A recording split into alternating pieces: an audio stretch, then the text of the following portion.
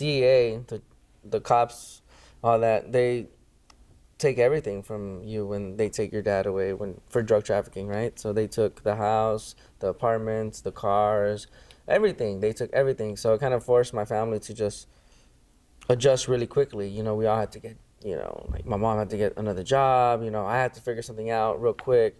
You know, so I ended up taking on gardening. You know, fucking mowing lawns and. Yeah, I was a real paisa for a couple years, bro. And like a real paisa, bro. I was like some of my closest friends were paisas. And so a lot of people don't know that about me. They think I'm this bougie ass guy. Man, I used to mow your lawn, fool.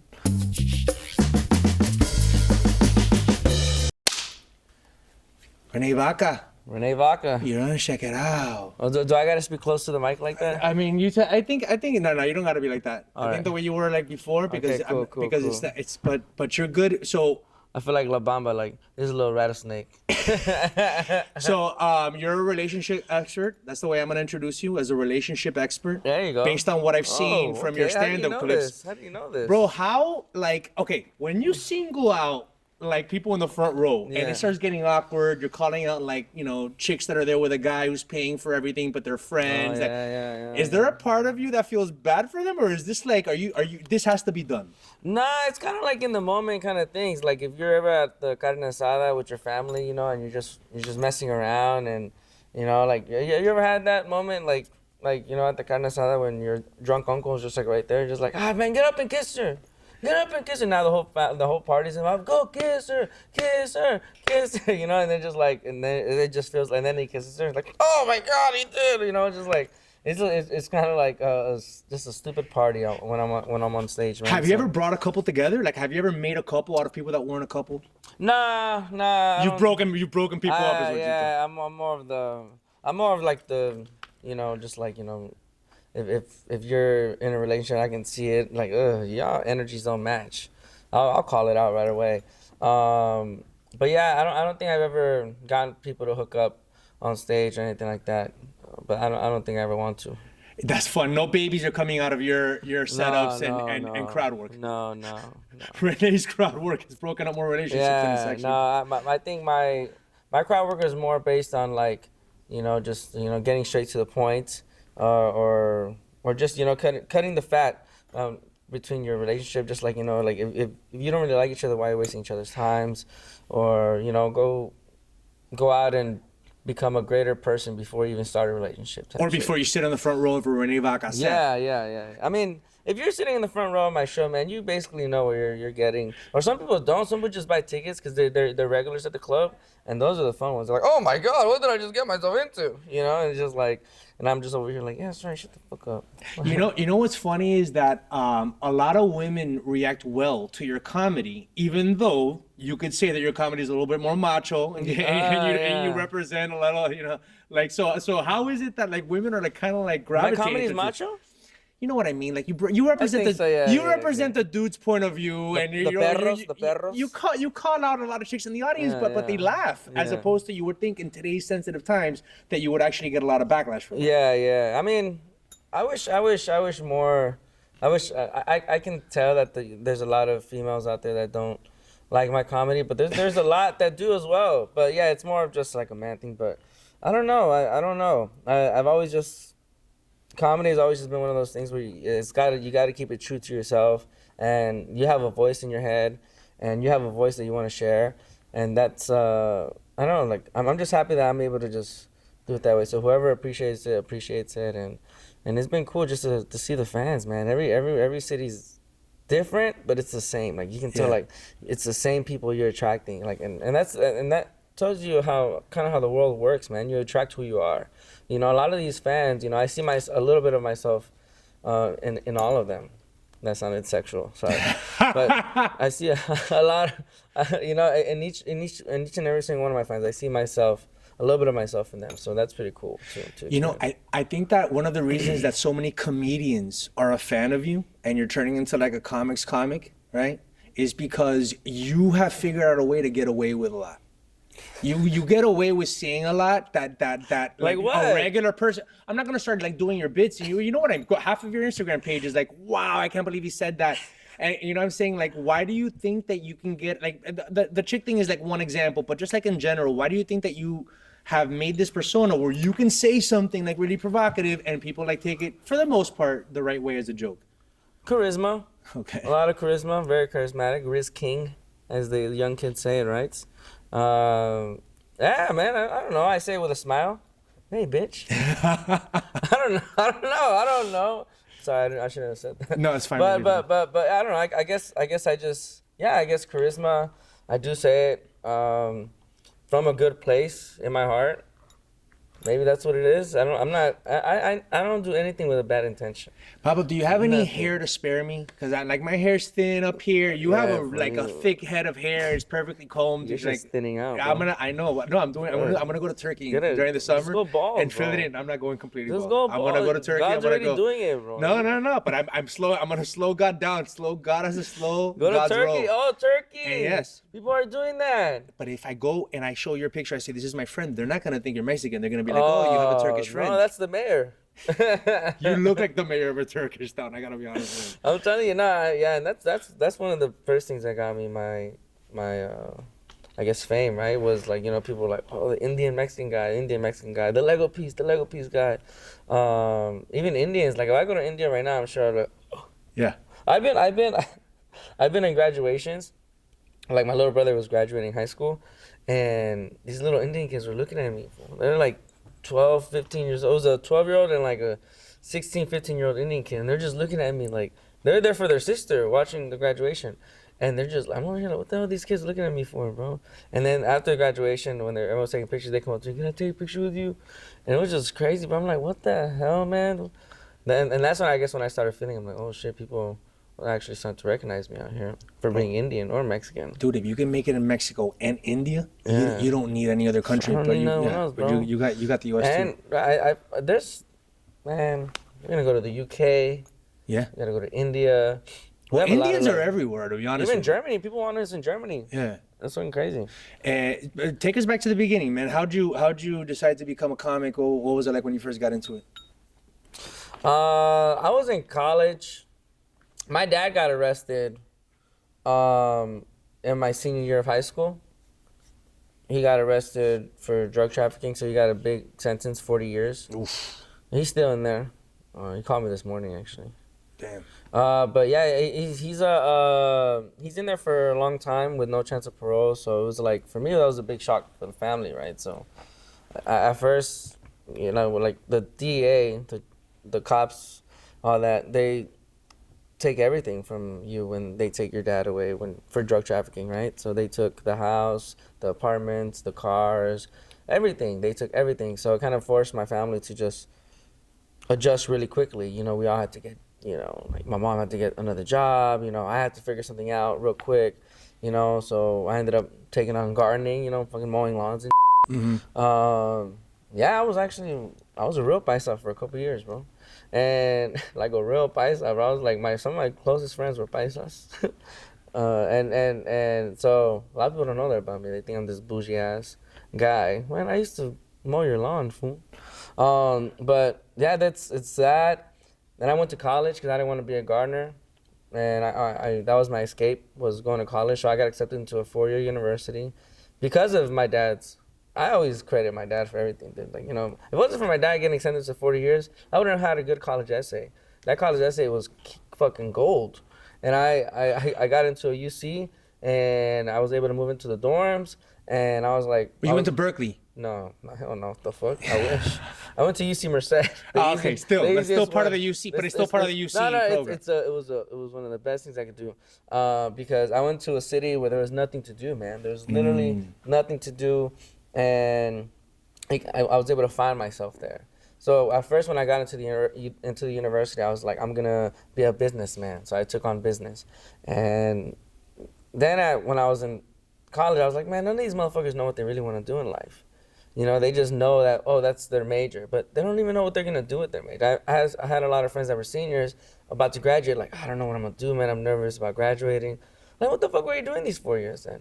So I didn't want to be like that. So I quickly was just like, let me find out what I'm going to do. And then every time I kept thinking about, I was just watching, I don't know, I just remember getting high in my room and I was watching Kevin Hart and how he started his business, and I was just like, man, that's crazy. I feel like I can do all that, you know? No disrespect to Kevin Hart, but I feel like I can do all that, man. And I looked up to Kevin Hart a lot, still do. And it was just like one of those things where it's just, fuck it, I'm gonna do it. I'm gonna do it. So one day I just woke up in the morning, and I was taking a shit, and I texted my mom. I told her I'm gonna be a comedian. And I was taking a shit waiting for a response. And she said, I've been telling you to do that all your life. And I was like, okay, let's go. My mom didn't know I was gonna drop out, but I dropped out of college because I look up to Kobe. And Kobe's like, you can't focus on anything else if you want to be the best. You got to focus on that one thing. So I couldn't focus on classes. I didn't want to focus on anything else. Focus 100% on comedy. And yeah, man, took off from there. And I told myself if nothing happens in 4 years from dropping out, I'm going to go back to school. But in my third or fourth year, I won stand-up NBC and got a development deal with NBC before COVID hit. And then COVID hit. But yeah, man, it's been blessings ever since then, man. You know, it's funny because most people, especially in the Latin community, and there's a lot of Latin comedians, it's like boxing, you know, we La Raza's represented. Yeah. But a lot of them will explain that their family thought that was the dumbest decision you could possibly make to try to go be a stand-up comedian. Yeah. You know, but your mom was like, no. Yeah. I mean, I was always the funny guy in school. I was always the class. That's how I made all my friends, and I was able to say things that people would laugh at, you know, and I've always been able to do that. So when you see me do it on stage, it's not something new. It's just something like, but we grew up doing this, you know, okay. And that's why we don't write jokes like that. I kind of resonate with your story about your dad going to jail for drug trafficking, not because my dad did, but one of my really good friends in high school had the same story. He didn't become a stand-up comedian, but in Miami where I grew up, his dad got arrested junior year of high school. I always remember because we used to hang out at his house. He had a big house with gargoyles and all this stuff. The guy played like in a Carlos Santana band in the 70s and then became a drug trafficker. and I remember like when his dad went to jail, it was a big deal. But then we were basically hanging out at his house, throwing parties. He kind of went off on the deep end. Yeah. Like so what was it like? Usually how it goes down. Yeah. Well, now I don't know if this is too much information for you to share, but like, what was it like growing up with your dad? Did you know what your dad did? Did you get especially as you got a little older as a teenager, did you understand what your dad was involved with? And what was life like around the house? Like nice things all the time, and don't ask where it comes from. Like, my dad was a very interesting character. My dad owned a Mexican restaurant. Okay. A very actually successful Mexican restaurant, Super Tacos Michoacan, in North Hollywood. Los Tocanes de Tijuana would go eat there sometimes. Kate del Castillo, right? So a few people Jenny Rivera, I think, went there once. So like, my dad had a very successful restaurant. So I always just thought my dad owned this restaurant. And he did. He loved the restaurant. He was a great chef. But yeah, we always had, when my dad had the restaurant, we always had good things, everything we needed. We never, my dad, man, I don't know, man. My dad would always, I remember my dad having meetings in the apartment. right. And when my mom wasn't home and just having meetings, like, and each guy would come in with like, I don't know, they'll come in dressed like paisas, you know, like cowboy boots, you know what I mean? Fucking hats, like, you know, they're just like, you know, like I guess narcos, right? Right. Oh, fucking, they all had their girls with them on their lap, you know. Wow. My dad's the one. I just remember my dad standing up and pointing fingers and telling people what to do, and people were just like, see. And I was just like, okay, cool. I guess my dad's boss. And you know, just seeing my dad run things, you know, it was pretty cool. I remember. Did your dad have a sense of humor? My dad was one of the funniest dudes in the world. It still is my dad's one of the funniest. My dad was very charismatic. It was like, you know, when he made everyone laugh, you know. But he was also a very serious dude. But it was also he's very very all over the place. But yeah, my dad, you know, he would be running his restaurant too. Like, I see him slap his employees sometimes. And the employees like, oh, okay, I'm so sorry, Arturo.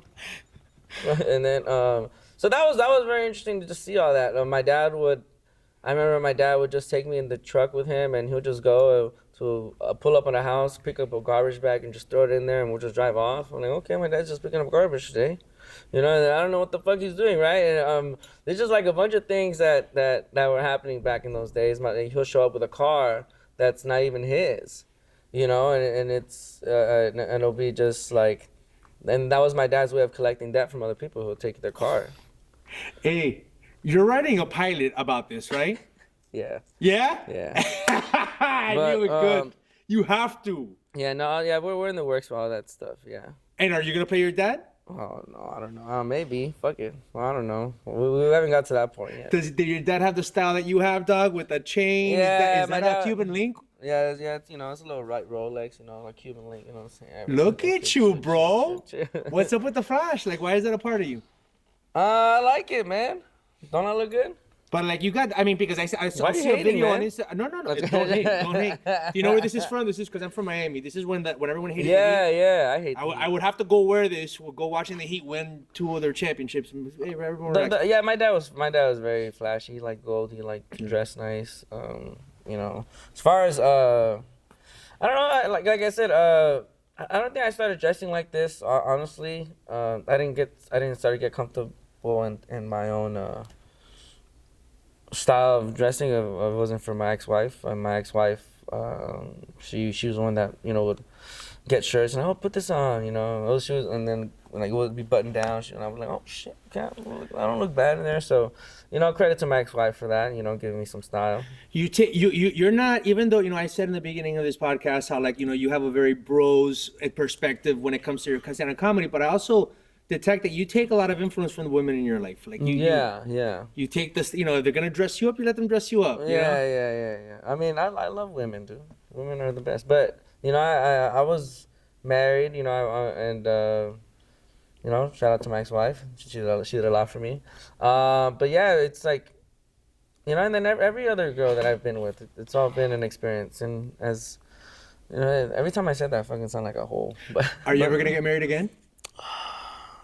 Because I ask all my friends that are divorced. I want to so bad. It's mixed feelings. Some say no, never again. Some say, oh, maybe. I want to so bad. Yeah. I want to get married so bad. But I feel like the idea of getting married right now for me, I'll just fuck up another marriage. Like I fucked up the first one. And it's just like like my life doesn't allow me to be married right now. Yeah, man. Because you're touring now. Right? Yeah, we're touring a lot. And so, like, what's your weekends are what, in hotel rooms? Yeah, hotel rooms. Just eating real quick before the show, take a nap. We have time. We'll go out into the city. And on top of that, I'm not just doing stand-up comedy. We're getting into the writing and acting side of things now. So that's all new to me. So the same way I dove into stand-up and just gave it my all, I gotta give my all to writing and acting now. So now there's 3 things those basically my 3 women right there. Mm-hmm. Those are my queens that I gotta take care of. So adding a real queen, right, would be unfair to her because I gotta give everything to this right now. Yeah. And I think that's where I fucked up my first marriage. So I don't want to do that again. All right. Yeah. Dude, okay, because if I show people some bits, they're gonna see somebody that's like wild, rowdy, fucks with the crowd, and then they hear you talk like this, and then it's like, whoa, this guy's like deep, mellow, introspective. Is this the side that you want to show people, or is this the side they'll see it in the pilot? No, I'm like this, man. I think when you see me on stage, that's me too. But that's maybe with a little tequila in there, but I don't like at home. I'm a homebody, bro. I like to stay at home. I just stay with my dog, smoke, chill. Wait, your actual dog or your dog? I got a dog. Okay. Louis, King Louis. Shout out to King Louis at the house taking a shit right now. True that. I like to chill. Like if you ask all my friends, bro, I don't really go out like I used to. I used to go out a lot. I don't really go out as much anymore. I think I'm just growing up now, man. Yeah. I don't know. But even on stage, man, I think at first people realize, oh my God, this guy's so messy up there. He's just, like, God, this guy has no sense of respect. I'm like, man, shut the fuck up, man. I'm still that person. I'm still all that person. But I guess when you're on stage, bro, it's like you're a fighter, right? It's like you need to go up and make these people laugh. And it's like, I guess everything that anything that I always say this, like when you're on stage, you're just an exaggerated version of yourself. All those things are true thoughts, and that's really how I feel, and true stories and all that stuff. I'm not the type of dude that's gonna be out there partying and all that stuff. Like before, I guess like during my marriage, I was like, that's probably what got me in trouble too, because that touring life was so new. It was just like just popping bottles, and people invite you out, and you don't want to say no to the fans, and you don't want to let the fans down, and in a new city, your family's in, it's just all these things was new. But I guess now that I've experienced it for not a good amount of time, but in the past year, yeah, you get over it quickly, man. I was never liked it anyway, so I don't mind letting all that shit go. I got to ask, because you did say tequila before. As a comedian, what's the perfect amount of alcohol to get up on stage? Because there is too much, right? You don't want to get up like past the point where you're drunk, you're repeating jokes, you forget stuff. I don't know who you're talking about, man. I drink a whole bottle on stage. Really? There is a point where it's too much, man. When you're slurring, which if some of my fans are gonna see this, I'm like, Rene, you've been drunk at your shows. Yes, of course. Have you ever had a show that was a lesson, like, okay, I was slurring, I can't do that again? That was one I had too many a show shots. that went so bad they didn't even pay me, man. What? Because I was so drunk, and how old are you?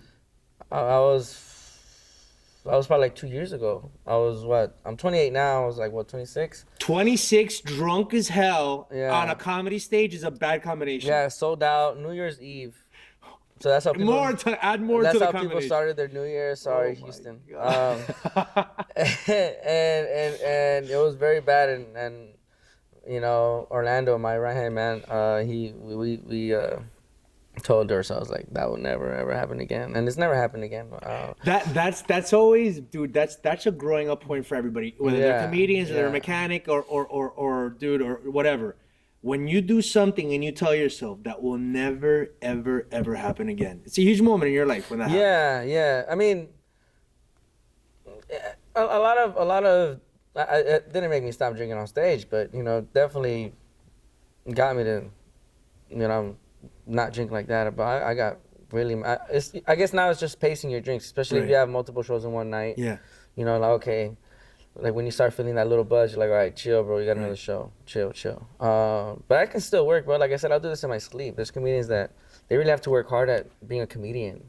There's some successful comedians that had to work hard at that. We work hard. We work our ass off, but like we don't work hard.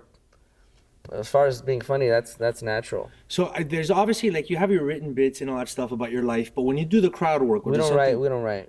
You don't write anything down? No, we write on stage is what we call it. Okay. So I just go up there and we experience what we experience, and I'll get off and I'll be like, okay, what worked, what didn't work. Yeah. But crowd work is also a huge part of what you do. Yeah. How much of that is prepared? Like what I mean is okay, there's a white chick in the crowd, she says something to me, I got that joke. If there's a black guy, I got that joke. No, there's some comedians that do that, and I don't respect those. Okay. But yeah, if you plan your crowd work, I don't know who raised you, bro. It's very disrespectful to crowd work. If you write your crowd work, that is embarrassing. Right. I don't know. It's making me cry just thinking about it. You know, like there's always like some of these comics that are prepared for the heckler, and they're waiting for someone to heckle them to unleash stuff. It's crowd work is like you're fighting, bro. How are you gonna? It's like you're basically calling someone out, bro. It's like you're either built for it or you're not. So you're over here trying to write crowd work, bro. You cannot hang out with me in my section, bro. Who are the comics that you hang out with? Who are your friends? I don't hang out with comics, man. I hang out with Orlando, my right hand man. Yeah. I hang out with Miles, my road manager. I hang out with my dog, my family.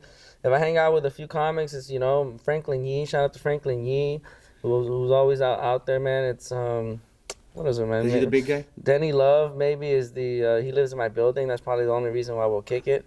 I'm just kidding. Shout out Denny Love. Yeah, bro. Ken Flores is probably the only comedian that I really consider like my friend, bro. Like Ken Flores, he's that's my brother, bro. Yeah. My little brother just started doing comedy. I guess you can say. I saw him with Arturo Vaca. Yeah. Two Vacas on one bill. Yeah. So it's like, I don't hang out with comics, bro. A lot of comedians are fake, and I don't like that. A lot of them talk shit about me, and then they'll smile in my face. Like, what do they say? Oh man, Rene Ed does drugs. I don't even do drugs. Some people think I do drugs because of I'm always hyped on stage. Or he definitely does cocaine. Or sometimes they see me around people that do cocaine. Yeah. Or they probably see me do cocaine. No, I'm just kidding. No, but I don't do that. I don't do drugs. And that, Coke doesn't work before the set though. Maybe after. No, it does not mix with comedy. You can't laugh. I don't do it. Maybe if there was a moment in my career where I played with it, you know, but no, not like right now, bro. I'm not doing anything, nor have I ever really was considered that guy that did that. So, yeah, I think a lot. And then people start spreading rumors about, bro. I just, it's like annoying, man. So I don't really like trusting other comics, and plus other comics, they're like. They like to use you for things, man. Like, you know, maybe to be on your show or, you know, something, man. It's just, I don't hang out with comics like that. No, being singular in this industry, I think is you know, I think is a better thing. You also do a really good job of transcending the whole Latin thing because you're one of these Latin comics that isn't confined to Latin comedy shows or Latin audiences. No, I love the Latino culture, man. I'm always gonna represent it, and I'm always gonna talk the way I talk because I was raised around it. But yeah, man. As far as representing like all type of cultures, that's a big part of what I want to do. You know, like, I mean, going back to that point earlier, man, you're on stage by yourself, man. So, you know, being friends with other comics, like those other comics, when you're bombing or when you're doing great, you're on there by yourself doing it, bro. No one out there gonna help you. No one's gonna help you, man. So, and just like watching other comedians do it, like George Lopez, is a big one for me because everyone loves George Lopez, man. You tell black people about George Lopez, they'll be like, man, that motherfucker's funny, you know, like though George Lopez like hit everyone, bro. The TV show, you know, like that hits. To this day, he has another TV show that's hitting, bro. No, as much as people want to talk about George Lopez, he did something that all these other big comedians can't even do to this point, man. Like have a TV show running that long, or you know, just running specials and like, you know, really hitting the hearts and souls of the Mexican households, you know. And it was just like, you know, George has a big play in everything I do as well.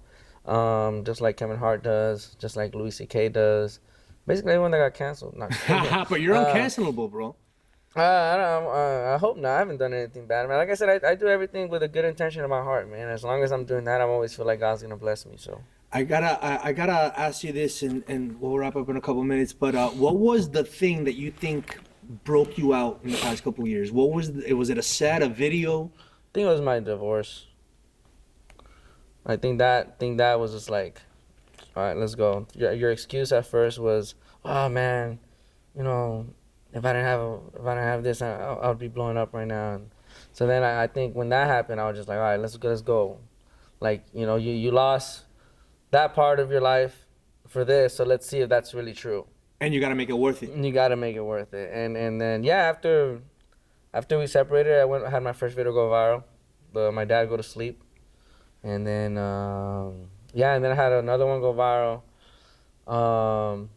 And I was at 20K, but I just stayed at 20K there. And then it wasn't until I got with Orlando here, my right-hand man, that I was just like, bro, we got to do something. So we started doing like workout clips, and then he started filming me everywhere I go. I'm probably still the only comedian that walks into everywhere with a camera guy, bro. Like I don't give a fuck if I'm doing 10 minutes on your stage. I'm walking in with Orlando. You know, like we're walking in with a camera with everything, everywhere. And at first people were looking at me like, oh, who's this guy? He thinks he's a fucking headliner, right? And they're wrong.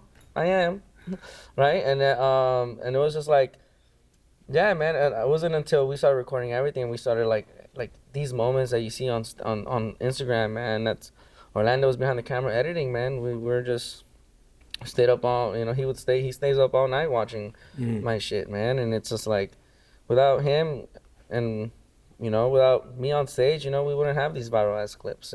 But yeah, it was after, well, I think I would say the divorce really pushed me there, bro, because I was like, go. Yeah. Bro, I really appreciate your honesty. I think that's one of the reasons people gravitate towards you. And when you're genuine, that's the root of like resonating with humor, right? It's almost like the actual joke is the secondary. But Thanks a lot. Is there anything else you want to share before we wrap this up? We're on tour right now, renevaca.net. I want to sell more merch online. Okay, so start buying your merch online so that way you can have your shirts when you come see me at the shows. Sometimes we don't have sometimes when we go to your city, we don't have all the merch there. We can't bring it all. So you go buy it online so you can have it when I arrive, and it'll all be love, man. That's just my message to everybody. But yeah, come see me live, man. Don't bring me drugs after shows. I'll sell them. I'll leave it behind next time, okay? Yeah. Just bring me flowers. I love flowers. Shout out to my agent, shout out to my manager, shout out to all the Latinos. The big team. You're everybody. a big team. We got a big team out there. Got like 3 agents and 5 managers, man. Rene Vaca, you've been on Check It Out. All right, check it out. That's from Scarface. Super wow. All right. You ever seen that little guy? Let me do one from this angle right here. Yeah. Let me get Check It Out in the middle of that.